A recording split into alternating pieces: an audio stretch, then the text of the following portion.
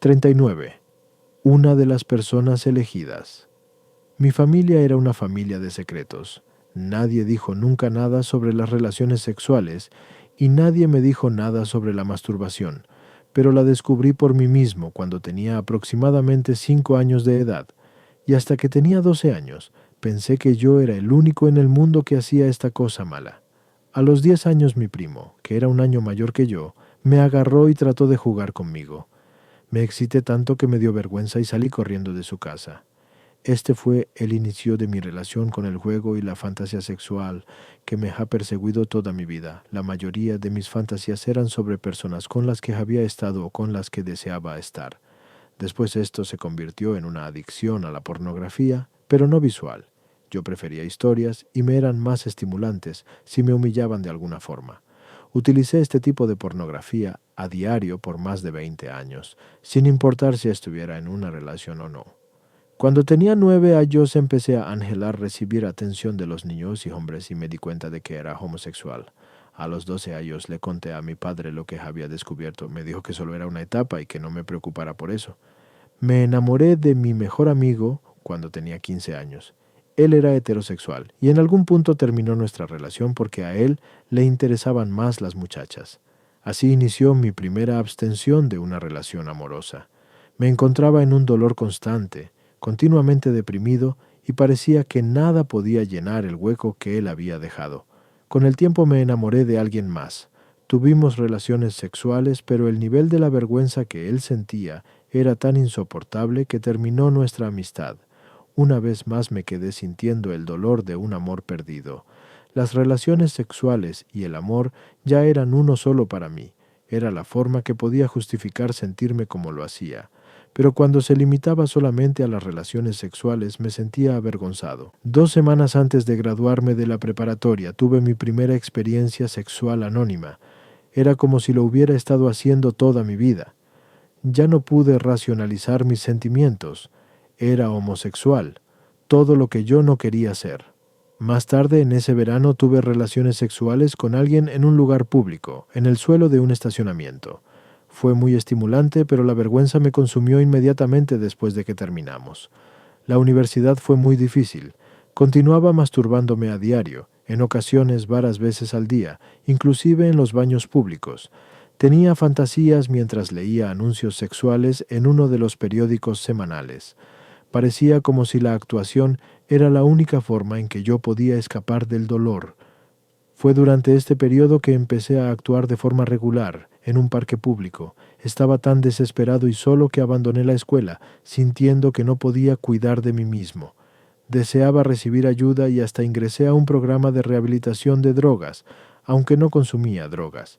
Me dijeron que mi problema consistía en que yo era gay y que ser gay era como ser un adicto a la heroína. Dijeron que podía cambiar y ser heterosexual, y por 3 años volví a ocultar mi homosexualidad. Cuando eso terminó de forma inevitable, empecé a buscar parejas sexuales en las librerías para adultos. Cuando tenía 23 años conocí a mi primer amante, con el cual tuve una relación de larga distancia durante 3 años. Sin embargo, mi actuación continuó. Me pasaba horas a la vez en un baño público esperando algún contacto sexual. En 1980, mientras buscaba parejas sexuales en un parque entrada la noche, me asaltaron 7 tipos y me golpearon salvajemente. Me quebraron la clavícula y mi rostro estaba irreconocible. Creo que me hubieran matado si no hubiera pasado un automóvil que sonó la bocina. Este fue el principio de un trastorno de tensión postraumático y terrores nocturnos que no se empezó a resolver sino hasta 13 años después. Me daba temor ir a ese parque de noche, pero eso no me detenía por completo. Simplemente cambié a otro parque que tenía una mejor iluminación. En la década de 1980 tuve una relación de largo plazo. Éramos sumamente codependientes.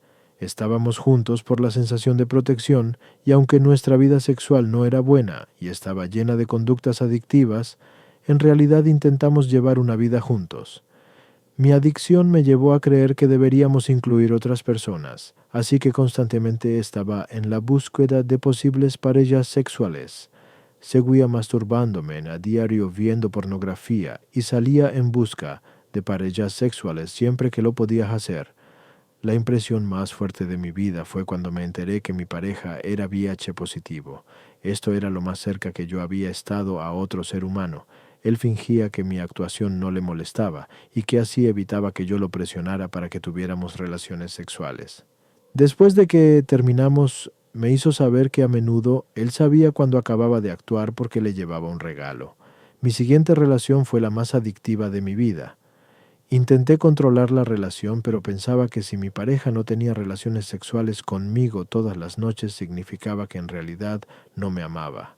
Lloraba y manipulaba y me enojaba y hacía todo lo que podía hacer para convencerlo que tuviera relaciones sexuales conmigo. Él se cansó de esto y estuvo cada vez menos disponible y yo seguí, intentando convencerlo de que si en realidad me amaba, él actuaría en la forma en que yo quería que lo hiciera. Esta relación causó que tocara mi primer fondo y en septiembre de 1989 empecé a asistir a las juntas de una confraternidad S y empecé a llevar a cabo los pasos. Después de 2 años nos separamos. Luché con mi adicción por un tiempo dentro del programa y después volví a actuar con regularidad otra vez.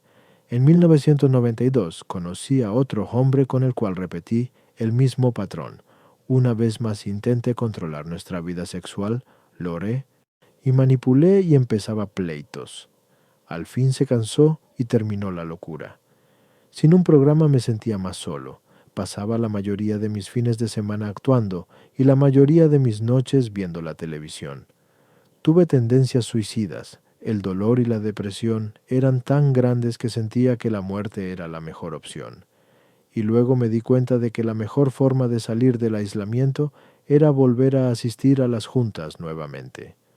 La noche antes del Año Nuevo de 1997 asistí a un retiro y escuché a una mujer hablar que tenía 13 meses de abstinencia de su círculo interior. Fue en ese momento que supe que se había acabado el juego. Tenía que encontrar la sobriedad.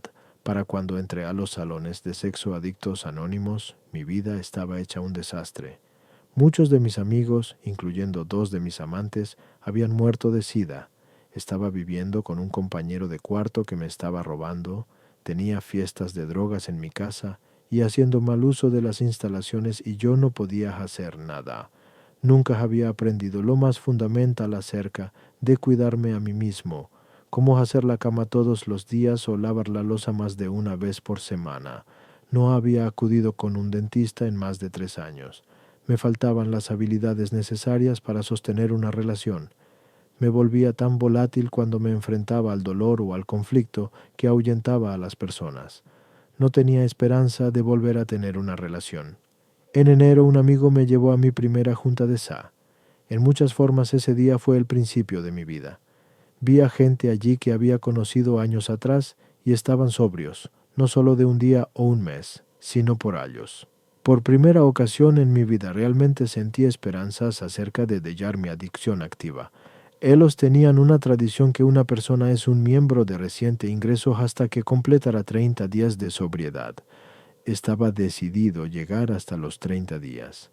Empecé a contar los días. Asistí a juntas todos los días y tuve un promedio de 9 juntas por semana durante mis 3 primeros años. Definí mi círculo interior como tener relaciones sexuales anónimas de cualquier tipo, masturbarme utilizando cualquier tipo de pornografía, relaciones sexuales por teléfono, sexo cibernético y tener relaciones sexuales, incluyendo la masturbación, en mi oficina.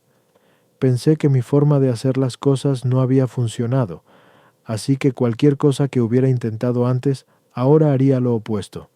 Cuando antes asistía a juntas solamente en la mañana, empecé a asistir a juntas a mediodía y en la noche. Reduje drásticamente mis horas para ver la televisión. Hice llamadas a mis amigos todas las noches. Eso fue el principio. Me conseguí un patrocinador y empecé a escribir mi primer paso. Llevar a cabo públicamente mi primer paso es una experiencia que nunca olvidaré. Tener un salón repleto de personas que se presentó exclusivamente para verme a mí fue un regalo de generosidad que nunca antes había recibido. No pude más a la mitad cuando estaba platicando acerca de mi primer amante que había muerto y el grupo me dijo que regresara la siguiente semana para terminarlo. Tomar el primer paso de esta manera se sintió como un rito de iniciación y desde ese momento me sentí parte de esta confraternidad. También empecé a sentir el verdadero significado de la vergüenza a la gracia. A principios de mi recuperación me di cuenta de que mientras la actuación fuera una opción, con el tiempo volvería a salir. Para poder mantener mi sobriedad necesitaba asegurarme, un día a la vez, que la actuación no fuera una opción. Si me levantaba por la mañana y mi medidor de actuación leía opción, sabía que tenía que hacer lo que fuera necesario para mover esa palanca hacia atrás. Eso incluía asistir a una junta, llamarle a mi patrocinador, llamarles a otros amigos del programa, escribir y hacer oración. En ocasiones significaba estar sentado en mi templo favorito hasta que el deseo pasaba. Mi programa tiene que ser primero. Tenía que ser primero que mi trabajo, mis relaciones o cualquier otra cosa. Les digo a las personas a las que patrocino que aunque estén casados y tengan hijos, si su programa no es lo primero, el resto de su vida está en riesgo. Si no están llevando activamente a cabo un paso, están poniendo en riesgo su sobriedad. Esa ha sido la verdad para mí. Al escribir esto, con la gracia de Dios, llevo un poco más de 4 años alejado de mis conductas del círculo interior.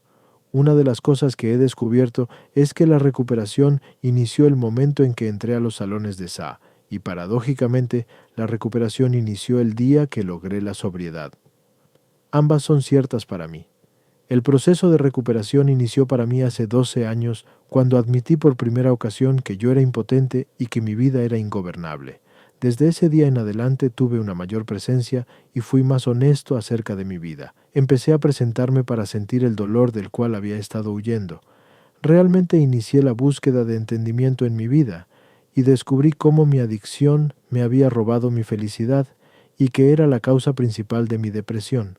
Fui capaz de empezar a asumir responsabilidad por mis actos y ver la parte que jugué en las cosas.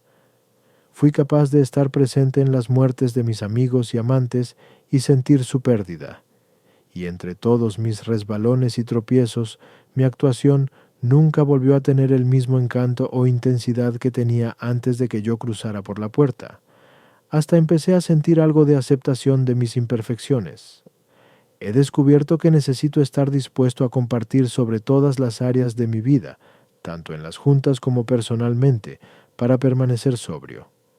Si tuve un mal día, es importante para mí decir la verdad, sin importar qué tanto me atrajera el deseo de quedar bien. Si no había una junta dirigida a mis problemas individuales, encontraba a otras personas con los mismos problemas para que me ayudaran a formar una junta. Formamos una junta llamada Sentimientos en la sobriedad, porque había algunos de nosotros que sentíamos que necesitábamos hablar acerca de nuestros sentimientos más profundos para mantenernos sobrios. Formamos una junta dirigida a los sobrevivientes de algún tipo de maltrato, pero nunca perdí de vista que sin la sobriedad no me concentraría en ninguno de los problemas y que nunca crecería.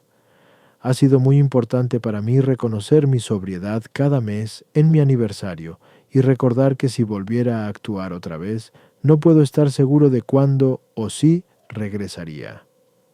Todos nosotros tenemos distintos caminos. Yo sabía que si iba a tener una esperanza de mantenerme sobrio, tenía que sustituir la actuación con algo mejor.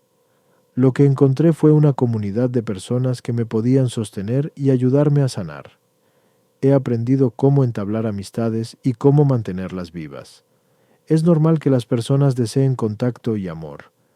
La única forma en que yo sabía hacer esto era en relaciones adictivas o relaciones sexuales anónimas. En SA estuve consciente de las responsabilidades de ser un miembro de una comunidad. Somos una comunidad que cuida unos de los otros. Si las personas tropiezan, no estamos allí para avergonzarlas. Estamos allí para sostenerlas y apoyarlas en su retorno a la sobriedad. Si alguien está enfermo, llevamos las juntas a su casa. Si alguien necesita ayuda con la mudanza, la gente llega para hacerlo. Solía tener temor de ser un anciano gay solitario. Ahora sé que, sin importar qué tan viejo llegue a ser, nunca estaré solo. Siempre tendré una junta a donde asistir y un grupo de adictos sexuales sobrios con quien compartir mi vida. Y también tenemos el don de Dios. Siempre había creído en algún poder mayor que yo. Pensé que Dios se encontraba en algún lugar muy lejos de mí y que solamente intervendría ocasionalmente. En la recuperación he aprendido que Dios interviene en mi vida todos los días. Yo solamente tengo que estar lo suficientemente despierto para darme cuenta, o ser lo suficientemente listo para recordar, recurrir a Dios cuando necesito ayuda, o hasta para expresarle mi gratitud. Cuando estoy sintiendo mucho dolor y no tengo a dónde ir, no estoy solo, porque puedo comunicarme con mi poder superior.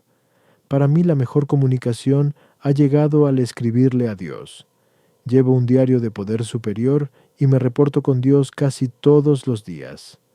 De alguna forma, si le cuento mis sentimientos, mis temores y mis rencores a Dios por escrito, libera la energía para meditar y esperar una respuesta de Él. Cuando volví a llevar a cabo mi segundo paso recientemente, me di cuenta de que mi creencia básica había cambiado. Ya no siento que una vida sin una pareja no vale la pena vivir. Creo que una vida sin Dios no valdría la pena vivir. En muchas ocasiones me siento abrumado con una sensación de gratitud.